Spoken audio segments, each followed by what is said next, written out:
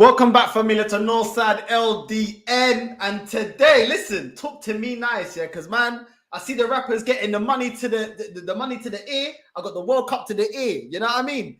World Cup is calling me, caramba. World Cup is calling me. Right now, I'm here with my main guy, Dej. What are you telling me, my guy? Are you on Team Portugal? Bro, you know what? I have to say, I'm pleasantly surprised with your team, Portugal, bro. I think for me also what was more impressive was the fact that them man made Ronaldo look, just step aside, man. You want to get rude to my man? Get out of the way. I'll slap in a quick hat trick. We'll slap up Switzerland, because Switzerland are no pushovers, bro.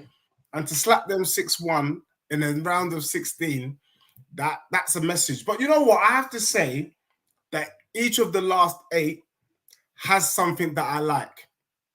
Do you get what I'm saying? I think it's going to be a very tough game against Morocco. Big up to a North African team in the quarterfinals. Still, you have to respect them. Everyone's got something. You get what I'm saying? Brazil got their flair, bringing the samba. You got Mbappe doing his thing for France. You got us, England, doing our thing.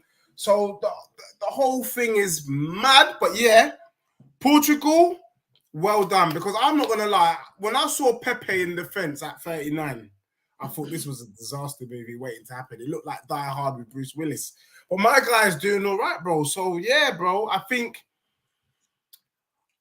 you should be happy with semi. I'm not sure that you guys can win the thing, but I think you should be proud of what your country's achieved so far, man. I'm not surprised.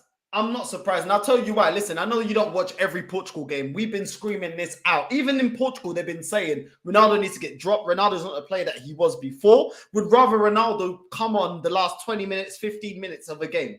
Now, Fernando Santos is a manager that I've criticized his game plan.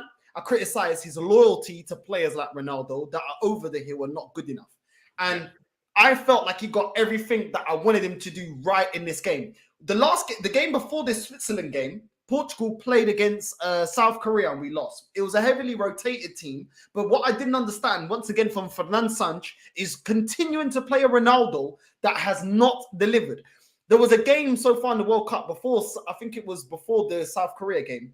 We created 5 or 6 chances for Ronaldo on the plate. The guy didn't even finish one. Yeah. And 4 of them were 1-on-1 with the goalkeeper. I mean, if you're going to go with Piers Morgan talking all this bucaria, talking all this merda, and you're talking about, my son said to me, Daddy, how are you not playing? You're the best player in the world. Then you should be converting at least one of those goals. You know, the team, when Ronaldo's on the pitch, everything funnels to Ronaldo. So if you want to be, our driving, our focal point, then you need to be clinical. Once upon a time, you was clinical, so it kind of justified you being on the pitch. But this is the thing with Ronaldo. He's not a player like Paul Scholes that can adjust his game.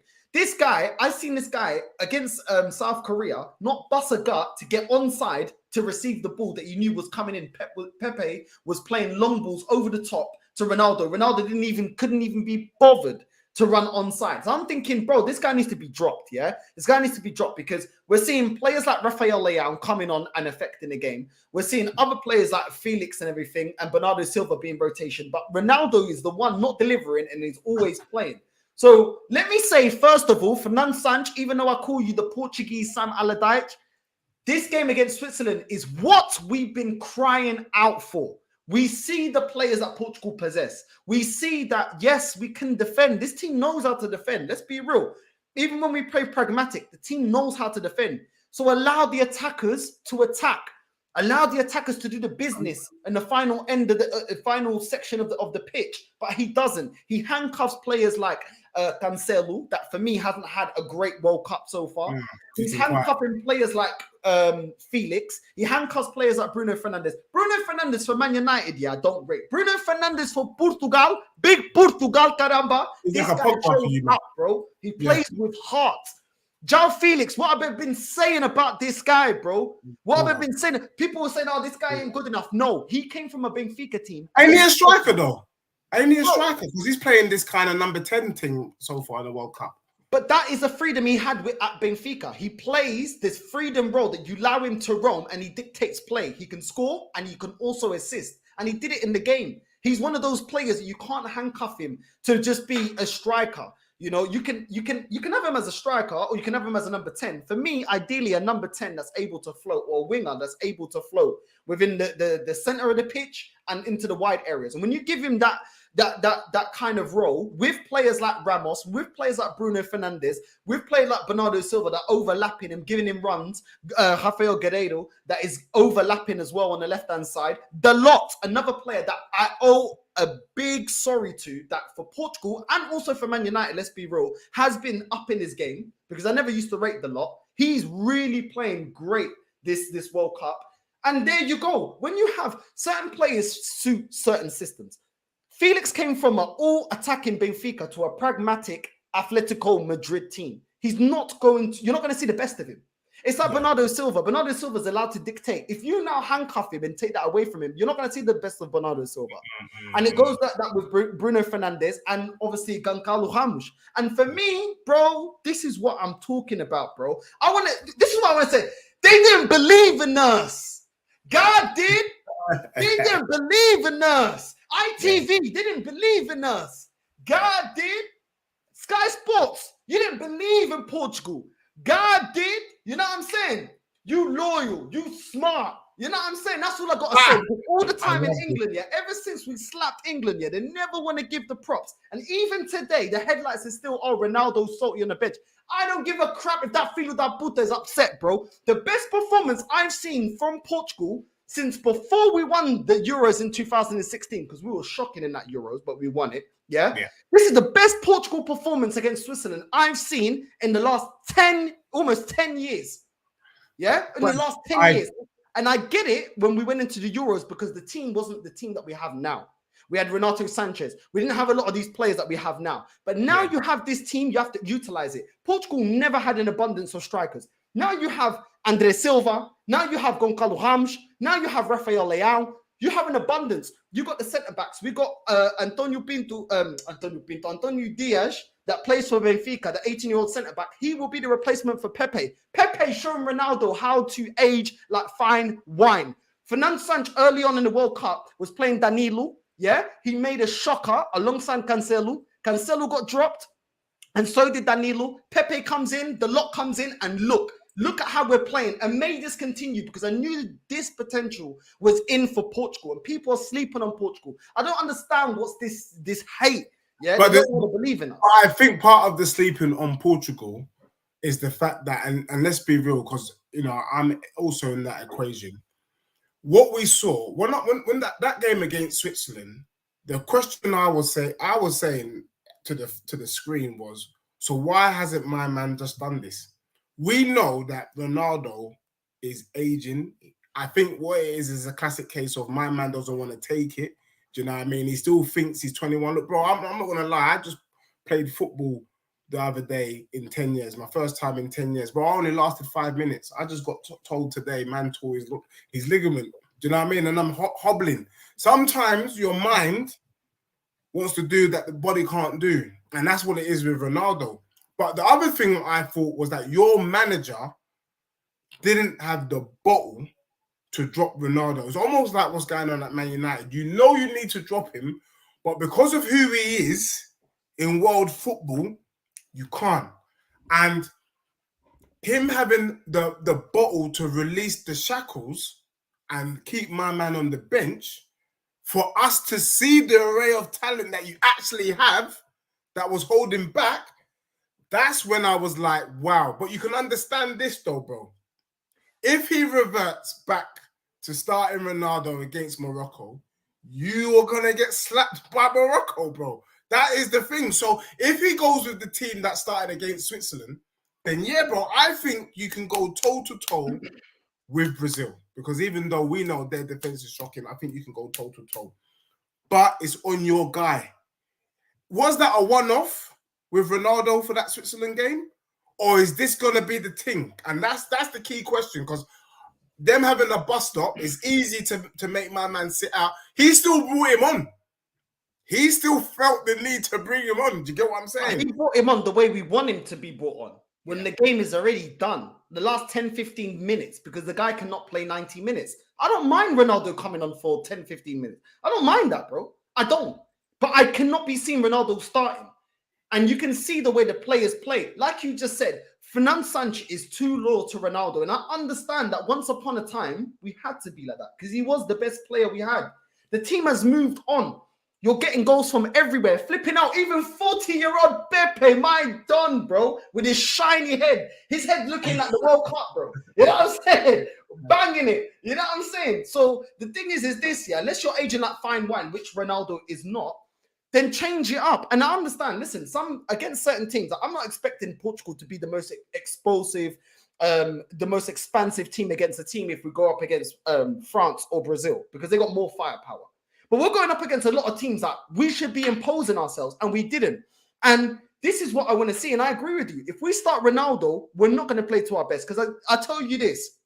You saw João Felix score. You see João Felix passing to Ramos when he's in the best opportunity, or Bernardo Silva passing to Bruno Fernandes and X, Y, and Z. Everyone's passing to whoever's in the best situation. Yeah, it got the best chance of scoring. The way Liverpool played, the way Man City played. When Ronaldo's on the pitch, because he's all feels that full-time merda y caramba, they pass to Ronaldo 9 times out of 10. He hasn't got the legs, and most of the time he's getting marked out the game. And then he's taking way too many touches on the ball, and then the defender's getting across him and tackling him, and he's not even getting his shot off. And when he does, it's not even going on target. So we're too predictable. But when you utilize João Felix, Ramos, Bruno Fernandes, Bernardo Silva, Otavio, all these guys, we're less predictable. Is he gonna? But my question to you is: you know your guy, you know your manager. Is this a new trend, or is he gonna stand by his man Ronaldo for the next? Because bro, Morocco, they are not a joke. They are not a joke. I don't really know, because Ronaldo kind of made the decision for the manager. Ronaldo's reaction forced his hand, forced Bruno Fernandes, Fernand Sancho's hand in not selecting him, because he came off and he was, I was lip reading him, and he was swearing and angry at the decision and throwing his toys up in the air. Obviously, Fernand Sancho had a hard decision to make.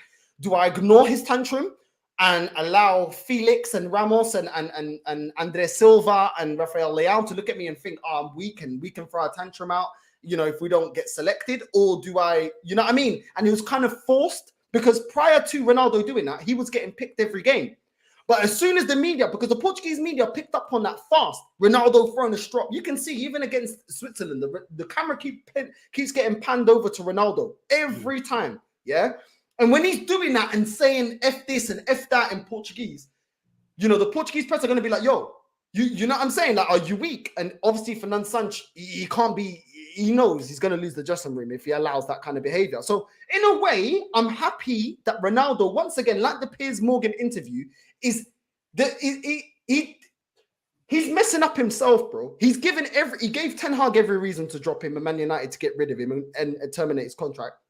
And now his reaction again for the Portuguese team, he's given the Portuguese nation and the manager every reason for him to hold bench, because you're not performing. And then when you're coming off, you're saying this about the team.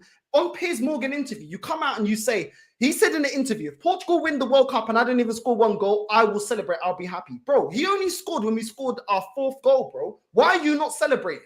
This guy is all about himself, bro. He's using the World Cup as a justification to Man United fans that still love him and football fans that still love him, to say, you see, it wasn't my fault. It's Man United. Man United don't want to win. Man United don't realize how great I am, bro. It's all about him, bro. And if he's not on the pitch, then he's getting vexed, bro. But I'm so happy that my Benfica guy that came through the academy, the best academy and the best club at selling players in the world. Go do your Googles.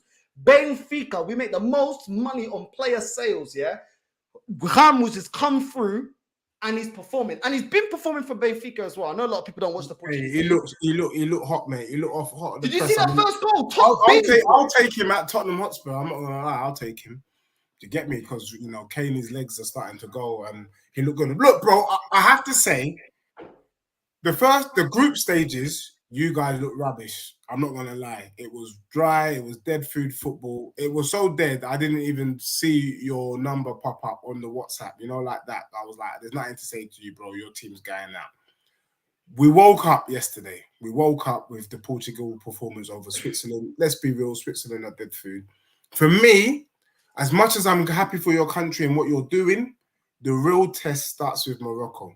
Morocco are not to get through Morocco, and then I'm gonna have to go, yeah, you're 30. And also, looking at your side, it looks like you will play Brazil in the semi-finals. I don't want to speak too soon because that would be disrespecting Morocco. And Morocco, you know, it's not a surprise they got past Spain.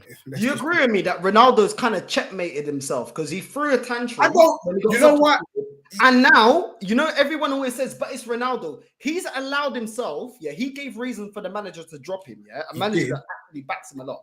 Then the whole world, bro, not just Portuguese fans, the whole world had seen Portugal play their best game in the last 9 to 10 years, bro.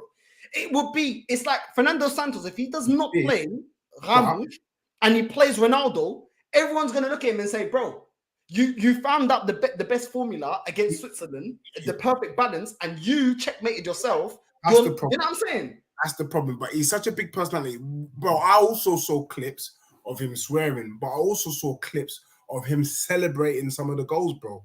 So on Sky Sports, they showed Ronaldo going up to Ramos and hugging him after his goals, and he looked like he was smiling. He looked like he was part of the team. Now, if that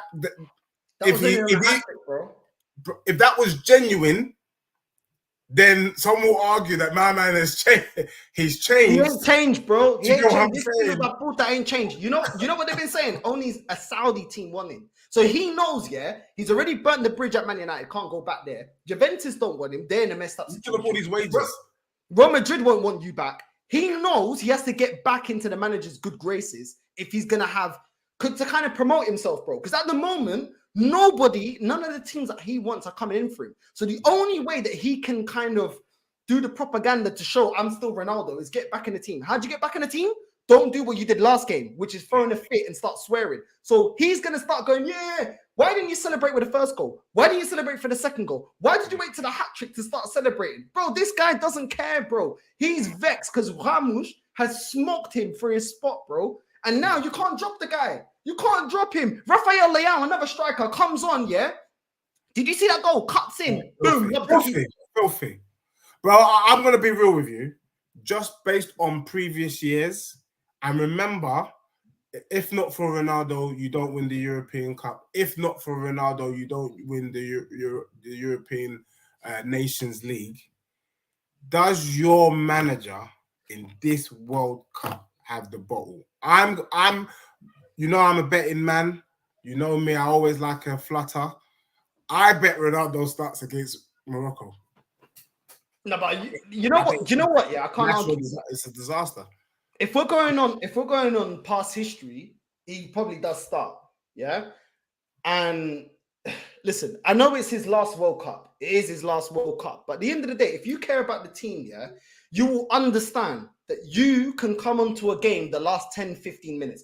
You have not been effective with all the time he's been getting, bro. Up into this game, bro, he's been playing practically almost 90 minutes. He's getting subbed on with the 80th minute, 85th minute, bro. And you're not scoring. You're not effective. And then when you're off the bench, look at Ramos, bro. Did you see the way he chipped over the goalkeeper, bro? Look at the composure. I have not seen that level of composure from him. How old is he, bro? How old is he? 21. He's hard. 21, bro. Bro, look, that team, João Felix, Ramos, the Lau guy, because Lau was at AC Milan. I think Tottenham have been linked with him. Get him in. Look, it looked nice. It looked good. You look solid. My thing is, can Portugal? The question you're saying, because you got your phone there, you got the World Cup. Can you, man, go all the way? I think you can get semis. I'm not sure with your manager and with what I'm seeing from Brazil that you can do it. And also, do you think this Portuguese team is better than England? This Portuguese team is more balanced than England. It's more balanced than the England team. And a more balanced team is a better team. If you're too top heavy or bottom heavy, you're not better than a more balanced team. Yeah, Because fair enough. 'Cause I don't like our defense. I hate our defense that's what I'm saying. People So trying to sell John Stones to me on streams. I'm like, don't bother. You can't sell Stones. You can't sell Maguire. You can't sell Luke Shaw. I hate Pickford as well. And my man is likely to start Kieran Trippier up against Mbappe. You know, something stupid like that from Southgate. No, you're right. You are more balanced. Yeah, bro. I think you've got every chance. But then there's even in the midfield, bro. Even in the midfield, England were always strong in the midfield when you had Lampard and you had all them players there, Gerrard and that. But when you look at the midfield, some areas are good, some areas aren't as good. The CDM isn't, I think, is good, but I do think that the Declan Rice is a little bit overrated, in my opinion. But definitely as centre backs with what you've picked, I think ain't that great. If I'm going to be completely honest, like, do you know what I mean? Like, Tomori should have gone over Maguire. Do you know what I'm saying? 100%. That's even that Crystal Palace centre back Gay. I think he was part of the team. He was in the same team as Foden that won the under-17s World Cup. I mean, for me, that shows that he should have been in this squad. I think there's something about the energy from a even though it was under-17s. They still done it. Do you get what I'm saying? And so for me, but yeah, bro, look, you should be very proud. Portugal is in the last 8 of the World Cup, and there can we just put some respect on this World Cup as well, because this has been a great World Cup. So for you, big up to Morocco as well. Big up to Morocco. Big up to all the small nations, bro. Big up to all the small nations, especially African nations. Listen, I wish we weren't going up against Morocco, because every African team for me is my team, bro. Big up Wakanda. Yeah, big up the team. But bro, I have to say, controversy aside, this has been a good World Cup. Like you said, the small teams have been repping. Australia repped. I was very impressed with Canada, bro. I thought Canada did a good game. They put themselves out there. I liked what America was doing. I think America in the next World Cup could be saying something. Them young bucks, Weah, looking nice. I like Adams as well. Tyler Adams, baller, the one who's at Leeds. Bro, I was impressed with how Japan smoked Germany, slapped them up. Do you know what I mean? Cameroon went out, but you see how they beat Brazil, though? Yeah, bro. What a way to go out. That finish was world class, man, from Abu Bakar. You get me? Wakanda forever, caramba. Yeah, so, bro, it's been a pleasure. The only thing that kind of hurt me, you know, was it's crazy. You know, big up Aussie. You know, the Australians, they repped out there, mate. I was so happy for them. It was so unfortunate that they went out the way they went out, but they repped. They did their thing out there. You know, every continent represented this World Cup, including, you know, like Saudi getting that win against Argentina. Yeah, bro. So for me, happy with the World Cup, happy with the performances of most teams, surprised by some. I think the Netherlands have surprised me. They look like a dark horse, just like you guys.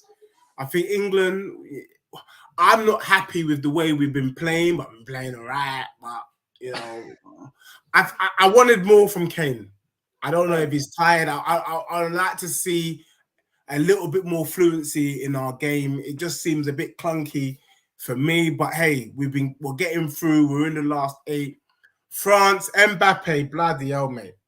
I think this World Cup is the end of an era and the beginning of a new era. Ronaldo and Messi, we say, look, we salute you. We say bye, gunshot salute. And then you usher in Mbappe to kind of dominate for the next 10 years, you know, like that, because this guy's finishing is so dirty that I don't know what we're going to do when we play them on Saturday. You lot are doing your thing. It's your manager. If your manager starts with a team that beat Switzerland, it's a bloody great game against Morocco. I see it going the distance. I see it extra time. I see going to penalties. I don't know whether you'll get past that defense in open play, but hey, what do I know? We've seen it, and then we can do it when we're fluid, bro. The thing is, yeah, you've seen it at Spurs when you've had different managers, yeah. That some managers handcuff your best players, and other managers play to their strengths, yeah. We have Bernard Silva. When you have Bernard Silva behind a Ramos or a Rafael Leao or Andres Silva or Felix or Bruno Fernandes that are more mobile, that are going to play 1-2s, are going to play the little triangles and all of that kind of stuff, bro, you get the best from Portugal. When everyone is forced to pass to not only Ronaldo, but he is also our captain and somebody that can't run, can't control the ball properly, can't beat a man, cannot score. Portugal are predictable and easy to nullify because nobody's going to challenge him, bro. Bruno Fernandes ain't won half what Ronaldo's won. Felix, Bernardo Silva, he's won a lot. But they all look up to Ronaldo because Ronaldo's trophy haul is ridiculous, and his followers. He's a legend. He's a living legend. What can you do? He's a living legend, he's bro. a legend that's over the hill, bro. And unless he's gonna be like Paul Scholes, players like that were once upon a time, you know, rapid and were able to do certain things. Ryan Giggs was rapid, yeah, when he was a winger. Then he molded himself into a midfielder and was able to adjust his game. The thing is with Ronaldo, he never was the most techie player, bro. He don't have the same tech that Messi has. Yeah, he relied on his speed and power. The speed is gone and the power's going. Do you know what I'm saying? And so does the accuracy. And now he needs more time. So he's not able to adjust his game. So it doesn't compensate Portugal playing to him. When Portugal play with a team like this, Bernardo Silva, bro, even I'm gonna say this. Carvalho that plays as a CDM, I don't want him playing as a CDM. I want Paulinho. I agree with D1. I want Paulinho. I'll tell you why. Carvalho is slow, bro. This guy turns like the Titanic.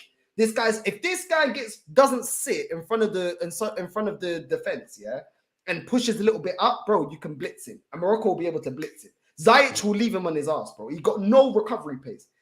Why not play Paulinho? Defensively, he's just as good, and he's got the pace, and he's young. I like Paulinho. I think he's a baller. I don't know what Tottenham's playing at, to be honest, because we should have been. Why Tottenham don't go in for the right players? Their recruitment need to all get sacked. That's why I want the job.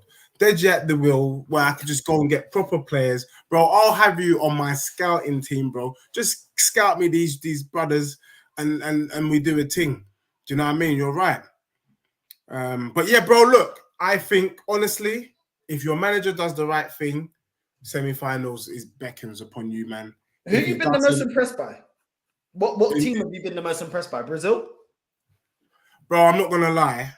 I know it sounds simple, but you know I'm not about that simple thing. But I have to say Brazil do look impressive, bro. For me, when my first World Cup was 1994, you know, the kind of the samba, the Mario, the Bebeto, you know, I'm dancing because man was dancing when I was like 6 years old or whatever it was when at the time.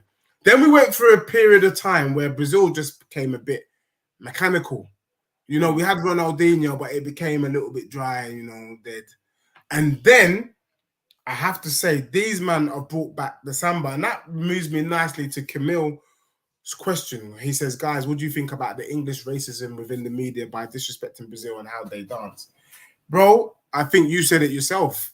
It's straight up racism, because if you watch Brazil, if you watch All or Nothing, Brazil, that's on Amazon Prime, not promoting Amazon Prime, and you watch Brazil, they are about samba.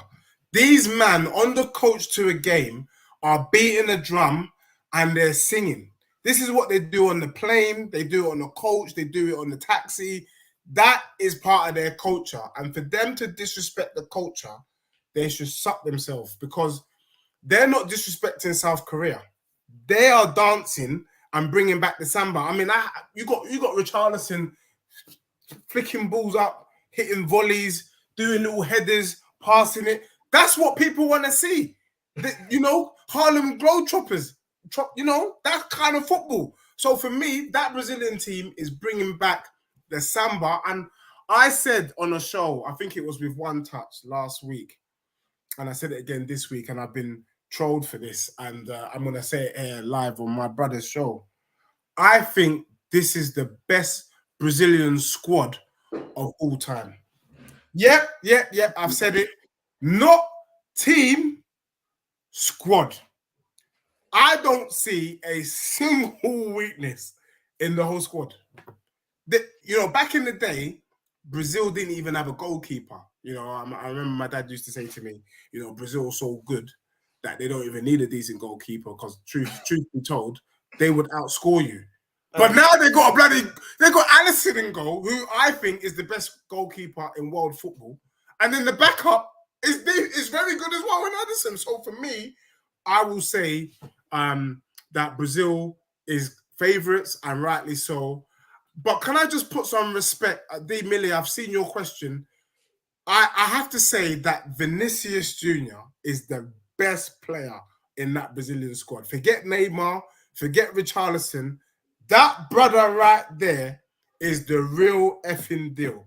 Big up to Vinny Jr. You are the real deal. What he's doing on that pitch is dirty, and he should be arrested. He shouldn't come out of Qatar. They should keep him in there, lock him up, throw away the key, because he's just doing absolute dirtiness. So, bro, unfortunately, as much as I love your country, bro, I can't see Portugal beating Brazil. Who can stop them?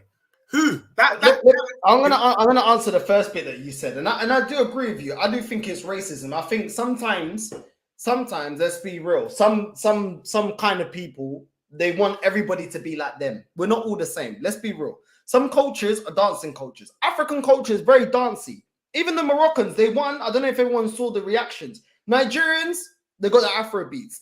Angolans, we got Kizomba and Semba. We dance with a partner. You know, the only thing I can really compare it to is salsa and bachata.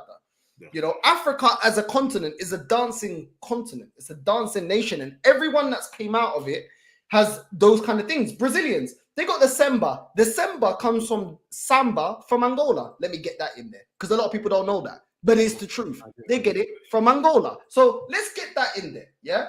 It comes from their black population.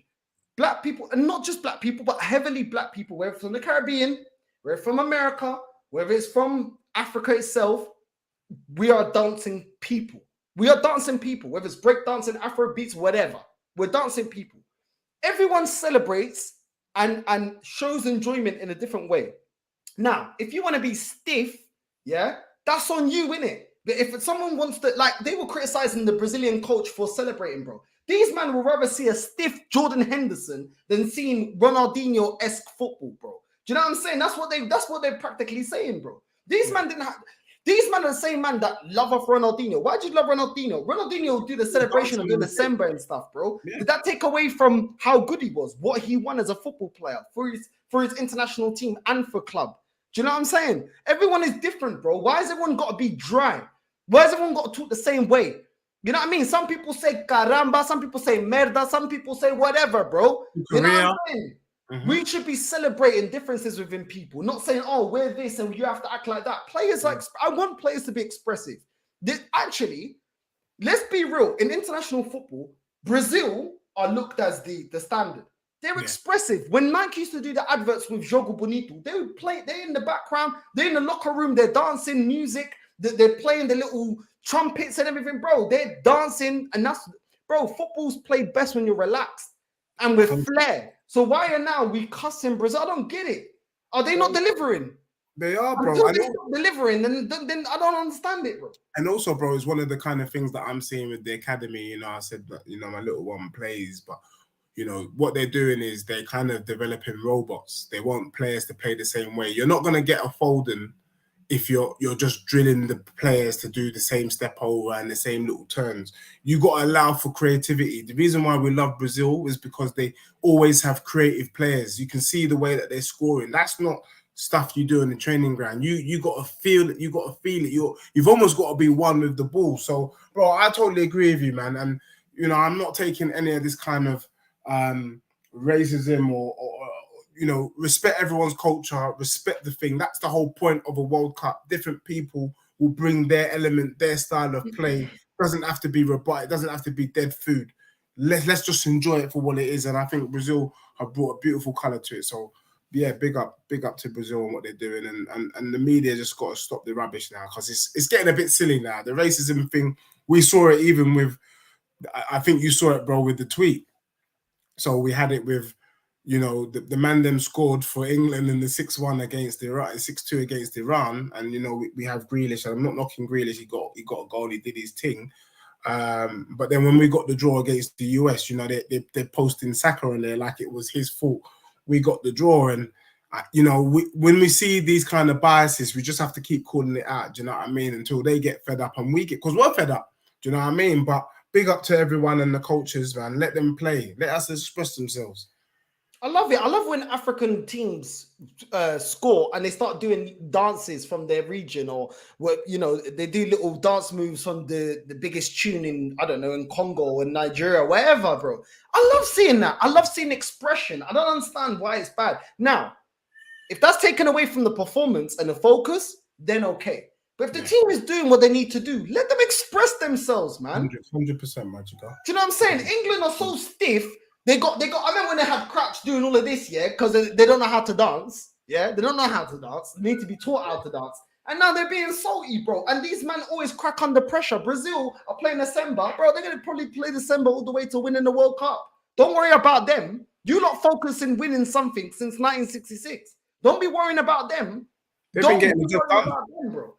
Bro, like me, I'm about results. I don't care how you get the job done as long as you get it done. If they got to dance their way to the World Cup, so be it, innit? It's working, innit? That's just how it is. And if you want to do dead food stuff, robotic, where you don't want the players to see their wives, rare, because you think that's going to work, knock yourself out. Do you get me? But I know that even these men are spending time with their family. So, keep it real. But yeah, Listen, hey. let's get onto this question here, because D1's put this question. Yeah, I'm going to work through some of the questions. At some point on this live, I want to know your thoughts on Gabriel Jesus' injury as well. Deji? Well, bro,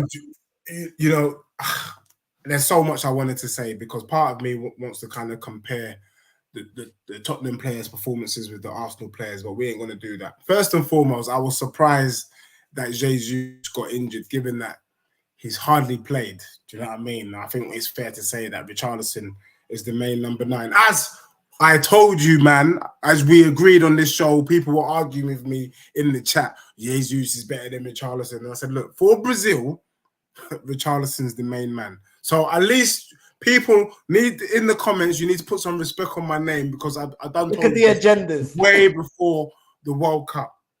Bro, but on the other hand, look, I ain't wishing bad on any player. I done told you, I don't wish bad on any Arsenal player. But I did say it's a crazy time to have the World Cup. And could the wheels fall off after the World Cup? I didn't know Jesus was going to get injured, because I wasn't expecting him to play. He ain't really played. So the fact that he's got injured. I'm hearing that Jesus is out for 3 months. If Jesus is out for 3 months, that's it. You're screwed. Because he was single-handedly the reason why you, man, were flying to the top of the table. Why you guys are top. And if he's not there on Boxing Day, then, bruv, man's going to kick back and relax. Bro, I think that is the biggest blow that you guys could have been given. And he ain't even played. Jesus to miss 3 months. If he missing 3 months, that means he's going to come back at the end of Feb. Yeah. Bro, my prediction, it stays in place, bro. My prediction's in place. Because who are you going to get? You can't go for someone too hard, because you know Jesus is going to come back and he's going to want his spot back. I don't care. Go for Ivan Toney. Go for Ivan Toney, bro. Put the money but down. even if you have Ivan Toney, let's be real. Is he going to be as effective and influence the Arsenal team? Of course, because you can do everything Jesus does. You can do everything Jesus does. You can say, is he at the same level? Maybe not, but he can do that. He's got good close control. He's good at bringing people into the game. And he's more of a killer. So really and truly, he's better in the main asset that Jesus hasn't got. Now, we're probably going to have to overpay because it's January. But I don't care. I don't care. If this club is serious about contending for trophies, the club's been saying that we care about trophies, it's all about winning, and we should have that expectation at the start of the season. For me, I look at this like this, as an Arsenal fan. I'm not surprised, because I always knew that when we only had Jesus and we didn't sign another striker, I knew this could potentially happen. So it is what it is. I don't really care. In a way, it may be an unfortunate blessing. And let me explain that. Yeah, okay. Arsenal could have went into January pretending like we're going to buy a striker, like when we were pretending to go for Vlahovic and not actually go for anyone and say, we tried, but, we got Jesus. They'll be all right. They're not going to kick up a fuss. The fact that Jesus is out may force their hand to actually buy a striker, which is what I want them to do. So hopefully it does force their hand, because they can't justify it to any fan that we can continue with the momentum we had with Nketiah playing that position and only Nketiah. And then if something happens to Nketiah, injury, suspension, out of form, who do we have to play as that striker role? Martinelli is preferred on the wing than as a striker. So this may force the club into Bayern. And in the long term, it could be better. Where Arsenal, if Jesus was fit, not do that. So let's see how it goes. For me, I don't really care, bro, because at the end of the day, yeah, they will not be able to sell this fan base. Listen, they said to us, we're going to have a big summer. We didn't. Now January's coming and Jesus is injured. Try coming out of the January transfer window without replacing Jesus. That's going to be out for 3 to 4 months. And then see what's going to happen. But there's still going to be Arsenal fans that are going to use this as an excuse. They don't want to put pressure on the club. They don't want to actually come out and say the standard is to be competing for the league. And they will say, well, Jesus got injured, World Cup, we were never in it, and now he's injured, we got no chance. So a lot of people, bro, it's going to be the justification as to why they don't want to raise the standards at Arsenal. I'm telling you, a lot of Arsenal fans always look at an excuse to be like, well, this is why we can't compete. All your money, VAR, the referee. Oh, because this player's injured. Oh, because of this. Because we got the youngest team. Some fans, I'll be real, will hide behind. It will use any excuse instead of saying what I'm saying. Go out there and get the players that are necessary. Because I can name Ivan Toney, Rafael Leao, even Andres Silva. There's plenty of other strikers that we can go out there and get. Get Leao out of your mouth, bro. But Ivan Toney, definitely. But, bro, the only thing I would say about Ivan Toney, I think it's still a risk. I kind of agree with someone, with Millie in the chat, saying I don't think Toney will bring much influence to Arsenal as team as Jesus. I think Jesus is more creative. That's what I was trying to say. And also, we know that some people have the kind of big shoe syndrome. You know, when you play for a big team, how many times have we seen players from smaller clubs make the step and then they're struggling? But we could even argue that Basuma, bad man in the midfield last season for Brighton's, made the step to a bigger club, ain't really quite made the step in the way we would have liked. I still believe it's going to come. So I think it's going to take time for Ivan Toney to settle in that Arsenal team. What I can say though, and I totally agree with you, bro, it's probably worked out it's probably a blessing in disguise, but it's a disaster at the same time, bro. I can't lie. We know what's going to happen right now.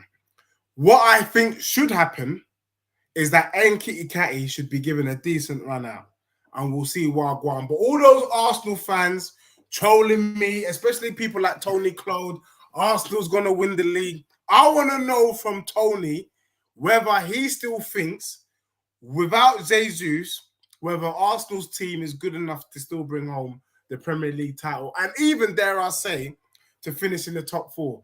But, bro, I have to say, bro, I can't wait till the 26th of December where we get back to the Premier League and we get back to doing the rival show proper, because I really want to see how your club responds to Jesus being out, bro. And, you know, you still got a couple of games before the window even opens. What, about 3 games?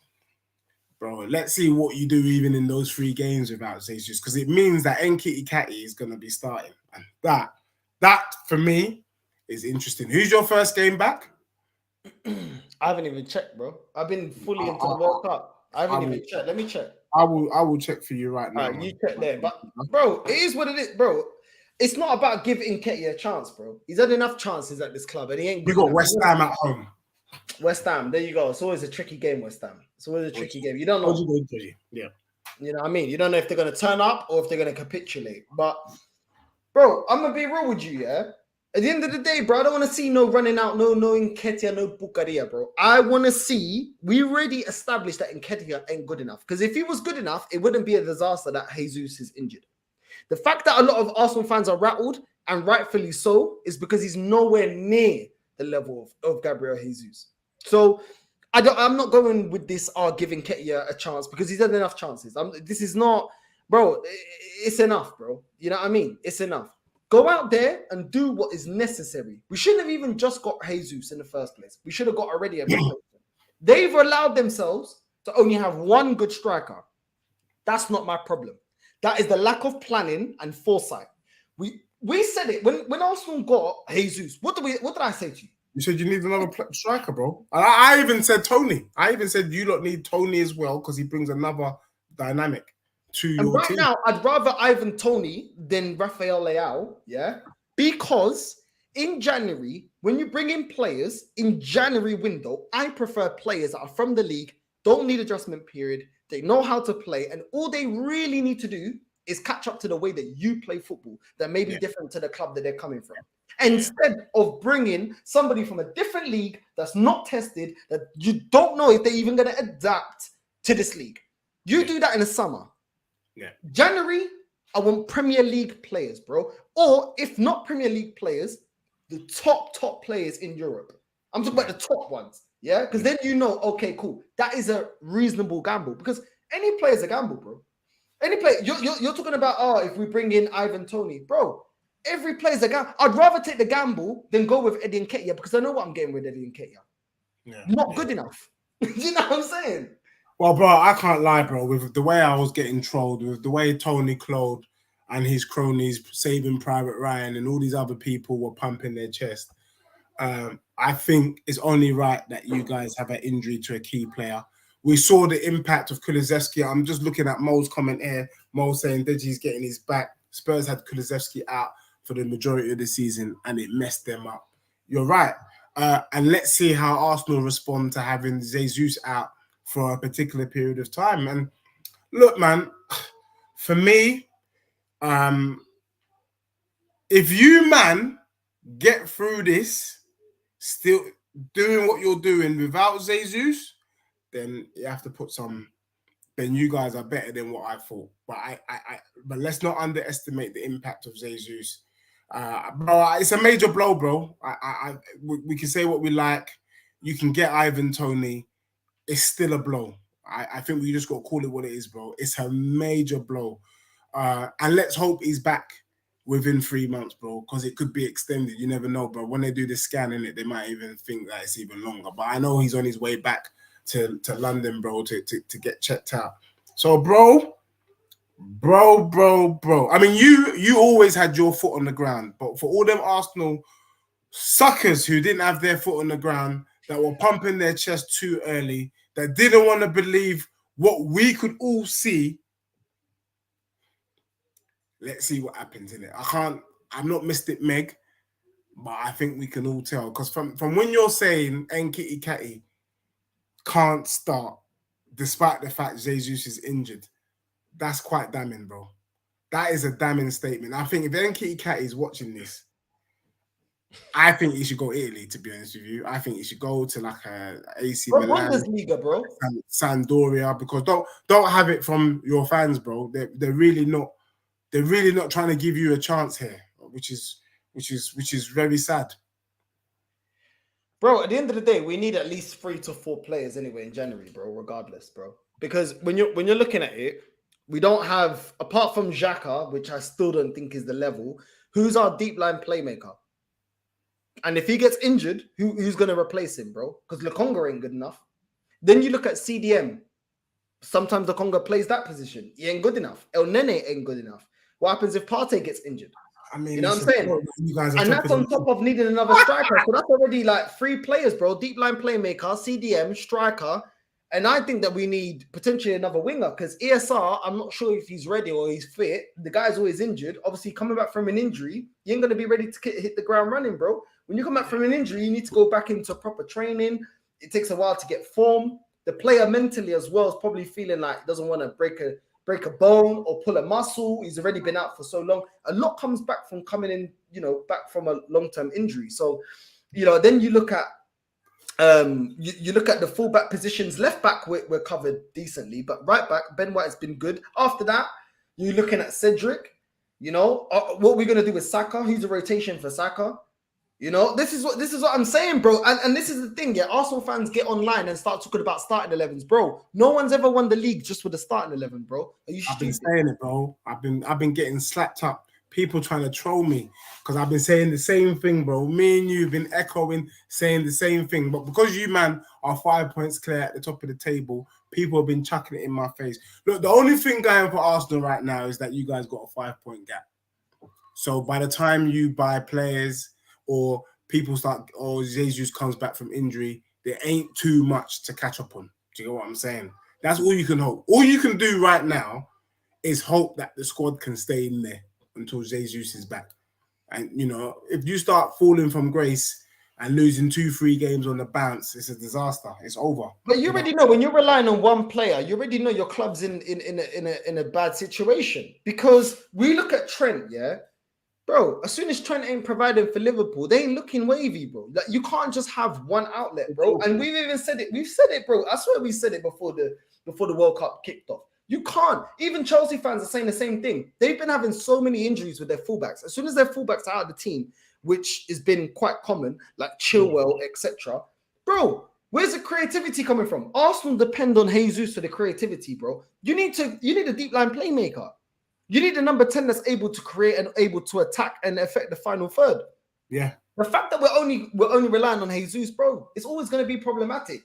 When you allow yourself to only be creative through one player, it's a problem, bro. It's a problem, bro. It's a problem. It's a problem, bro. It's a problem that we talked about. Many a stream talked about it. And guess what? It's finally come. And we'll see how the squad we'll see how it goes, bro. I can't say I feel sorry for you, man, because the way that you, man, weren't taking into considerations Tottenham's injuries, Richarlison out, Kulusevski out, Son out, people were still disrespecting the thing completely when we had Perisic up top with Kane. People like Tony and the cronies were ignoring all of that. Bro, let's see what happens with your club. That's all I can say. But you had it coming. Your team had it coming, bro. If you guys ride this storm and you do well, you deserve to win the league. Simple as. Do you know what? To wrap up, let's talk about Spain, because I don't understand what the hype was around Spain. And this is what I get. This is why I get annoyed, yeah?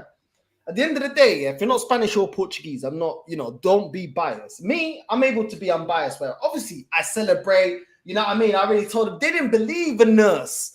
Didn't believe in us. You know what I'm saying? I already do all of that. It's banner, innit? It's my nation. We're doing well, is what it is. If Angola, my other nation, if Cape Verde, my other nation, are doing good in the African Cup, I'm going to do the same thing. But it is what it is, yeah?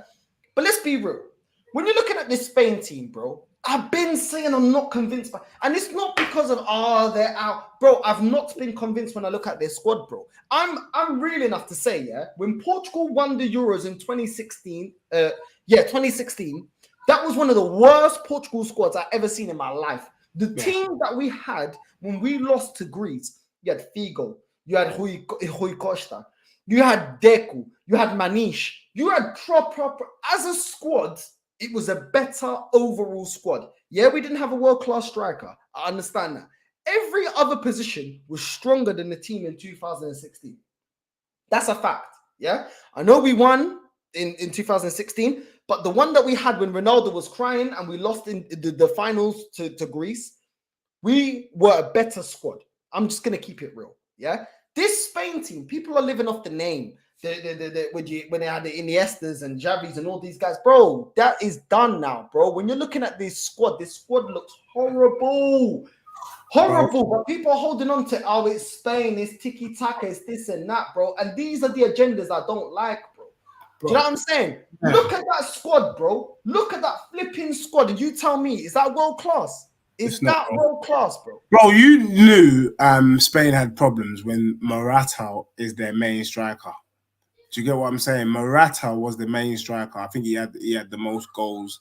Then I'm seeing man like Pedri. Does Pedri even start for City? Who is he at City, Pedri? No, he don't start though. No, he doesn't start though, does he? No. So, bro, I looked at that team and then I saw Busquets. Isn't he at Barca? Isn't he at Barca? So maybe it's at Barca. I don't know. Maybe I'm getting it all twisted. But I swear Pedri was in the Premier League at one stage at City. Pedri. I feel like was it Pedri? D1 Millie. Can you confirm about Pedri? Because I'm pretty sure he was playing for City. But now he's at Barca. Yeah, I thought so. Yeah. So, but bro, look, I thought it was dead food. I wasn't surprised, bro. The only reason why you thought they might do something is not because of the squad, it's because of their manager, bro. Luis Enrique is a legend. Do you get what I'm saying? But that team is horrible. But yeah, bro, I'm not surprised. Morata, Chelsea reject, bro, is your main man. No, bro, you can, bro, even Belgium. When I saw, bro, I know we're talking about Spain, but when I even saw the Belgian squad, I thought this team is dead food, bro. When you got Onana from Everton starting in your starting 11 and you're feeling like you got to play the Hazard brothers. I don't know the last time Hazard kicked the ball after he left Chelsea. When you're starting man like this, you deserve what comes next, which is absolutely nothing. So, bro, yeah, I think, to be honest with you, what I would like to see, bro, because you talked about bigging up the African teams, you talked about the other teams. They need to scrap this seeding thing. Do you understand what I'm saying, bro? Stop it. Because when they see teams like Spain, Germany, all of them, they get a so-called easier route.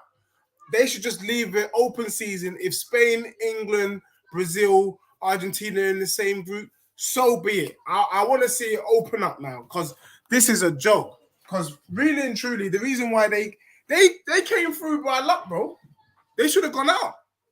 And that group was not a hard group in theory. And they didn't qualify. Well, they qualified, but they qualified on goal difference. So, bro, yeah, man. Look, I ain't got nothing to say about Spain, man. They were crap. And even their penalties were dead, bro. Yeah, when you're looking at this team, bro, like Alaba, he's over the hill. Yeah, Laporte and Rodri are rate. The goalkeeper is shocking. This Simon or Simon, I don't know how you say it. Simon, I'm gonna. Who does he play for, Simon?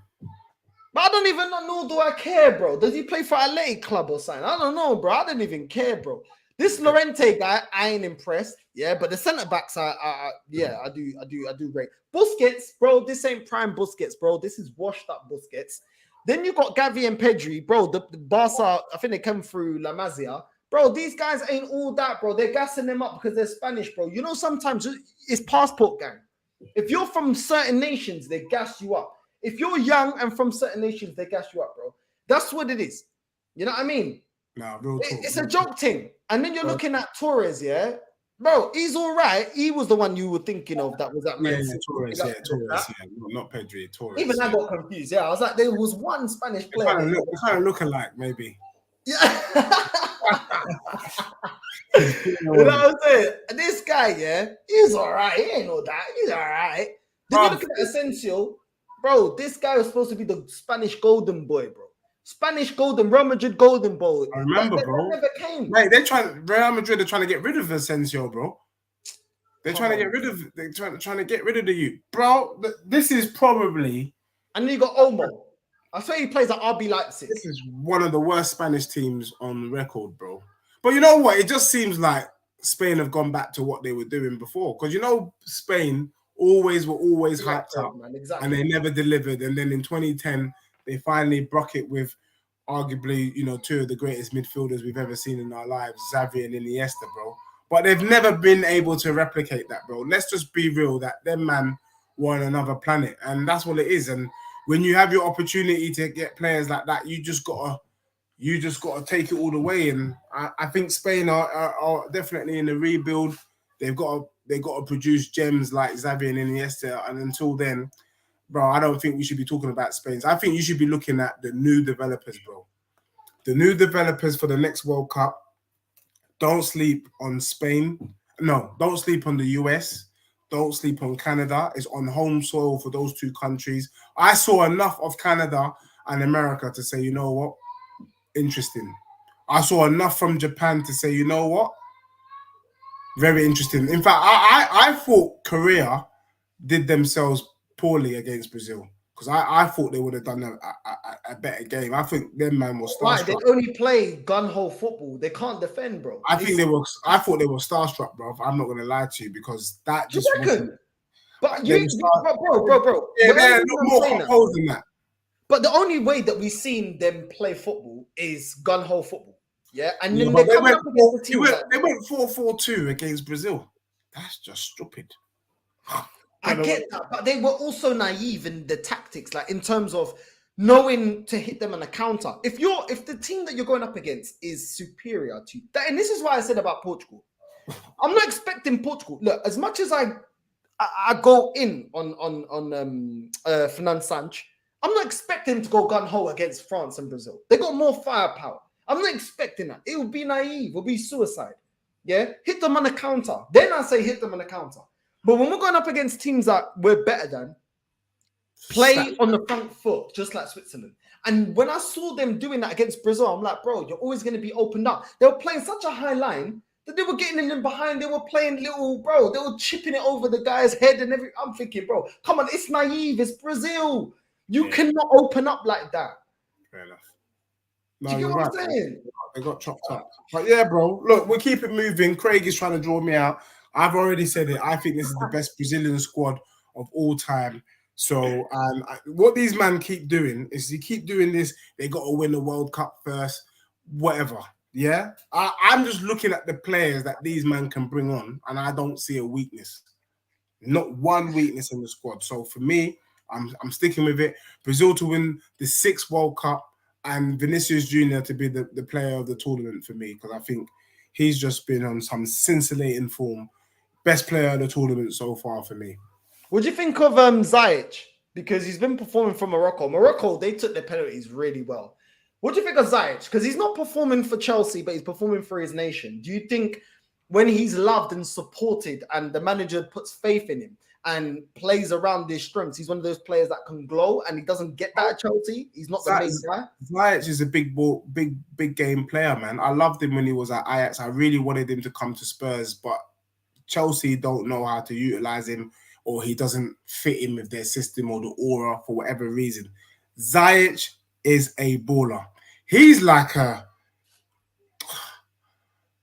Bro, this is a tough one. I think him and Mahrez are equal. They're getting the same thing. And Ziyech is... I rate him that highly because Mahrez is a G as well. Ziyech is a big game player and he's doing his thing for his country. That's what he was doing at Ajax. So you can't necessarily be a bad player because it ain't working. Maybe the move didn't work, or the managers that he's had ain't working for him, or maybe the Premier League and the way we play football is just mad for him. But Ziyech is a top draw player, bro. Big up to him, man. Big up to him. He's a baller, bro. And Hakimi, them two man there, yeah. I'll take Ziyech in a heartbeat. If Tottenham had the opportunity to get him in real quick. He's quality. I mean, some people are still coming for you about you saying this is the best Brazil squad. I kind of disagree. I feel like when I've seen Brazil teams with Ronaldo, the original Ronaldo, and Rivaldo and Roberto Carlos and them man there, I still feel like their teams were mad. I think they had, was it Dida? AC Milan? Dida don't compare to Alisson, bro. I don't care, bro. He ain't no bum. Bro. Yeah, but Alisson is... He ain't no bum, bro. He ain't no bum, bro. You see the kind of AC Milan team he was involved in, bro. Bro, I know, but... Come on, bro. Come on. There's levels. Yeah, I'm telling you, but we'll see. But look, bro, let's see. We got some exciting games this weekend. Let's see, bro. Quick predictions real quick on the semis, and then, because that man has to bounce. Quick predictions. What for my game? The only game I know. All the games, real quick. So England, France. England, France. France 4, England 1. Yeah, I don't know if it's going to be like that, bro. Maybe 2-1. Definitely not 4-1. I'm just seeing how someone said, Carl Walker is likely to be the person they're going to put on Mbappe. Rare. I just think Carl Walker has a mistake in him. And I just don't see him stopping Mbappe. I'm sorry. And Luke Shaw up against Dembele. Yeah, there's no comment. You know what time it is. Then we've got Portugal, Morocco. I see that going to penalties. I don't think Portugal will beat them in open play. I just think Morocco are hyped up and see Portugal as another Spain, another rival for them. So I think that's going to be a tight game. What do you think? If we go with the team we had against Switzerland, Portugal 3, Morocco 1. Actually, even Portugal 2, Morocco 1. Morocco defensively are pretty tight. But I'm gonna go Portugal 3, Morocco 1, man. Let me put my chest out. You know what I mean? Caramba. Call me. Yeah, I'm saying Then, that's what I'm gonna go with. Netherlands, Argentina. I think the Netherlands will beat them. Gakpo is a baller. I think Messi and Alvarez have kind of carried a quite average Argentina team, to be honest. But I just think the Netherlands just that Louis van Gaal, the way they chopped up the Americans, I see them winning that one. Yeah, I'm gonna say Netherlands 2, Argentina 1. I completely agree with you. I think most of Argentina players, they're over the hill. A lot of their players are either late 20s and mid 30s. So yeah, I agree with you. And I think the Netherlands, I think they actually got some good players. Like you said, Gakpo performing. Gakpo is a baller. Sourcing, yeah. you know Dumfries on the right, he's a ball as well. Tottenham want him as well. We can get him at right wing back, and they can Inter Milan take Emerson Royale. Bloody hell, what a deal that would be. And then I think Brazil slap up Croatia. They just look old. Man, they're playing Modric and Perisic. I swear this is like their 8th World Cup. You know, them man, big up to Perisic and Modric for still doing it at this time. But it's high time they get out. There's no way they're stopping that Brazilian team. Never. Bro, I don't think they slap them up. I think they win convincingly. I think a 2-0. Croatia's going to frustrate their living hell out of them. You know what I'm saying? Yeah, so I think they win, but they frustrate them. I'm going to say 2-0, maybe even I'll go with 2-0. I still think the flair, I can't even lie to you. What I've seen from Richarlison as well this World Cup, he's been playing very well. Thank you. I can't lie. Thank you. So big up to him because I got to give props where props is due. Yeah, man. Respect. So yeah, man. That goal against South Korea. Just the way they built up that goal for Richarlison against South Korea, bro. Oh my days. Oh my days, bro. Dirty. Oh, bro. Disgusting. Dirty. Look at his gas. I told you Richarlison's a big game player. I hope he just brings that form back to Tottenham, bro. I ain't gonna lie. But for me, on a big team though. He has to start for Tottenham now. After this World Cup, he has to start. None of this bench nonsense. He starts. Start all 4 of them. Where does he start? Number 9, bro. Simple. Kane drops to 10. Cooley right. Son left. Simple. This is not long. Højbjerg and Bentancur sit. Yeah. Not long, bro. The thing is, that's doable, bro. Kane has all the attributes, bro. Mourinho showed it. Bro, he's the guy for me, honestly. Listen, it is what it is. Listen, we've got our predictions. Big up to you, Dej, for jumping. Thank you for having me, bro. Big up to everyone. Thank you, bro. It's a pleasure, man. And the next one, let's do it again next week, bro. Let's do it again. Let's see if our predictions are right. Let's see what happens and how things unfold. And man, we'll even drop a little comment about Jed Spence hopefully getting a run out for Tottenham when we get back, bro. Listen, it is what it is. We take it one game at a time. There's no it's coming home. There's none of that thing. You know what I mean? So big up to everyone. Listen, obviously, once the World Cup is done, the content will be more near enough daily around Arsenal. But I've just been so focused on the World Cup that the club football. Enjoy it, man. It's a break, bro. It's a break from all the kind of trolling pressures of the Premier League, disappointment. Enjoy it for what it is, bro. Your country's doing well. Enjoy. Look how happy I am. Man ain't seen me any happier. And listen, people, let me also say this. I am going to be doing the watch along with Never a Foul. I'm going to go down to the studio. So make sure you go to Never a Foul. Also, yesterday I was at Never a Foul for the game against Switzerland. So make sure you go there for the watch along. Just zoom in to every celebration of the goal. If you don't want to watch the whole thing, I know it's a 2-hour, 3-hour watch along. So this Saturday, at 3 p.m, I will be doing the live watch along with on the Never a Foul channel. So make sure you jump into there and watch me there. I will be cooking Kaz, and it is what it is. Listen, big up, man. It is what it is, bro. Listen, I need to send you a flag or something, bro. I need to send. Yeah, send the flag, bro. Send that. Big up, Bucharest Carambas. Your team's doing well, bro. Defo. You never see me against Morocco, no? I hope you do it against Morocco, but you've been warned. If your guy, why are you waiting? Now you're doing it like it's Arsenal Tottenham. That's that. You've been warned. Nah, real talk. You don't deserve to be where you are. You play some good come on. Yeah, man. Craig, Northside and Deji, respect as always and blessings to Big you up, and your Craig. families. Love, Big up, man. Craig, man. Love, Big up Craig. D1 as well, man. Yeah, man. Big up I mean, D1. big up to all of you lot, man. Yeah. Listen, it is what it is, people. Saturday, 3 p.m. Portugal going up against Morocco. I love my Moroccan brothers, my North African brothers, but it is what it is. It's there's no mercy on the weekend. It is what it is. But listen, we're out.